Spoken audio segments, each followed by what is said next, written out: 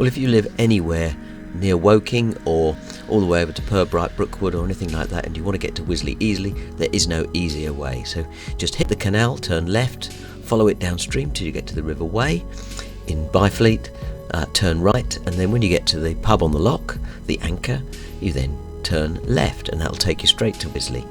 It's the easiest way there, much easier than driving. So here we go, we just get down to the canal, and the moment we're on the canal, it's follow that wonderful towpath that they've got all the way through till we get to the River Wey, right by the M25. Follow the River Wey up a little bit until we get to the pub on the lock, and then we turn round and then we go backwards and forwards at Wisley, and then we head all the way back. Just a couple little minor changes we did on the way home. So they'd been digging up the towpath, so that was that little bit, and then we just stayed on the canal for a little bit longer before heading home. So dead easy. Really nice ride, about 20 odd miles. It says here 23.9, but you have to take out from that the time spent walking around Wisley. So here we go, we're just leaving Knapp Hill at the moment, through the high street, and this just happens to be the easiest way for us to get to the canal, but it's got more road. It probably would have been just as easy to pick it up at Sainsbury's, but we're heading past Boundbarrow Path and then getting to past Winston Churchill School and taking the canal, the cycle track around there, and then we hit the canal, and that's it. We stay on the canal all the way to Byfleet. Except here they were doing some work, and so they threw us off, put us on the old Goldsworth Road, which we just had to go up for a little bit, and then we could turn around and go back on. So now that's returned us, and you can see here we're heading our way through back of St John's, and we're now just on the outskirts of Woking. There's the Beefeater pub. You can see Woking rising up above you over there. A few people on the towpath. This was in April that we did this journey. So work your way out through the new bridge that crosses over. On a tandem that's a bit of a nuisance, but on a solo bike it's not hard at all. And then we're working our way through, just keep following. It's really nice. Even though you're going past some of the more industrial parts of Woking, you don't really notice it too much because it's always peaceful on the other side of the road.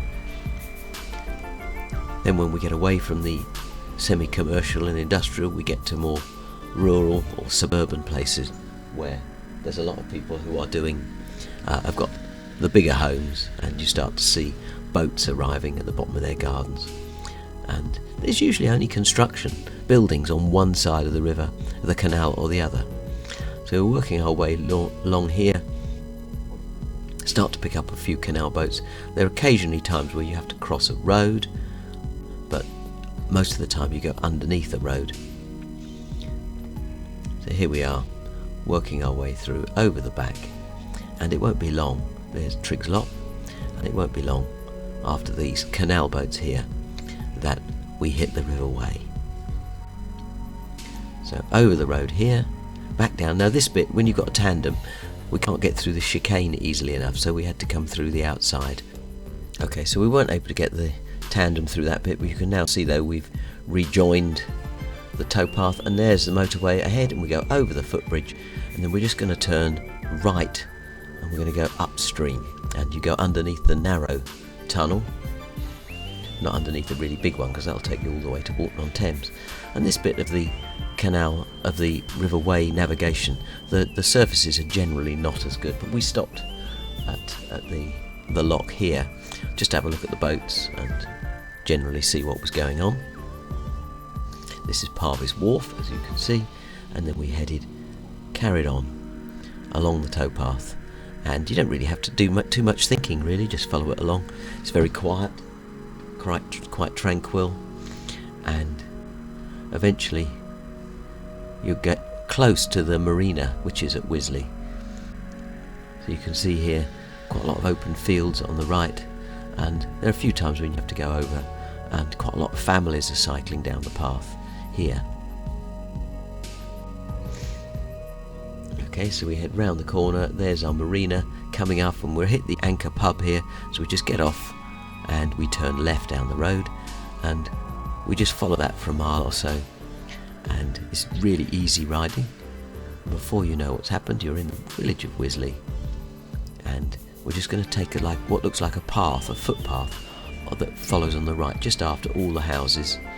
We work our way along, and it's not that raised one here, but there's Wisley Gardens on the right, which is why it appears when we're walking around that we've cut ourselves almost back on ourselves, but we have to be the other side of the fence. So we just come along, and then we parked our bike up here and had a good wander around the gardens.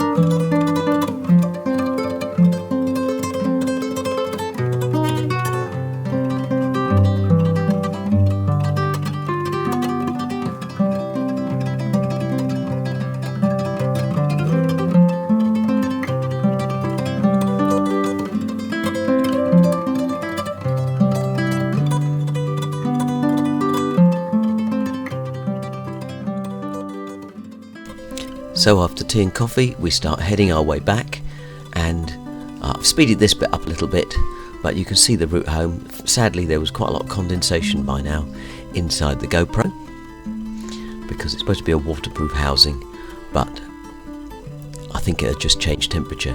So we head back, and it took us 1 hour and 4 minutes to get back to the Garibaldi pub, which I don't think is too bad going. So allow yourself about an hour each way. It's much slower on a tandem than it is on solo bikes, although if you've got children with you, it may slow down a bit. But it's going to take you 30 minutes to get to Wisley from the Garibaldi anyway. Sometimes longer, and certainly the journey is nowhere near as attractive or as peaceful. You barely hear a car, except for the point where you go underneath the M25. So here we go, over the top of the footbridge. Pardon my gravelly voice, I happen to be at home at the moment with COVID, feeling pretty rough. And so we're working our way back down towards Woking, past Byfleet and West Byfleet. And it's possible to take some detours off from here and get to Brooklands. You can get to Brooklands College.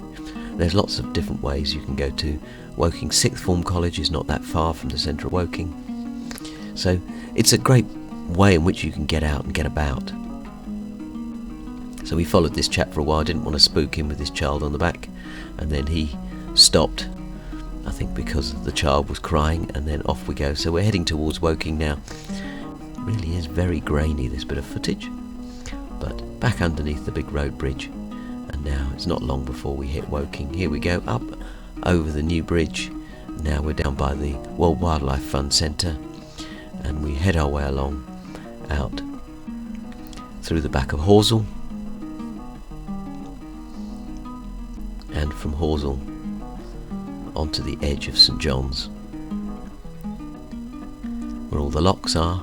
There's lots of locks in this area, and it's actually quite nice. At one point we just go over the canal, you can go under it, but here we are in the middle of St John's, and we just cross over the road and rejoin the canal on the other towpath.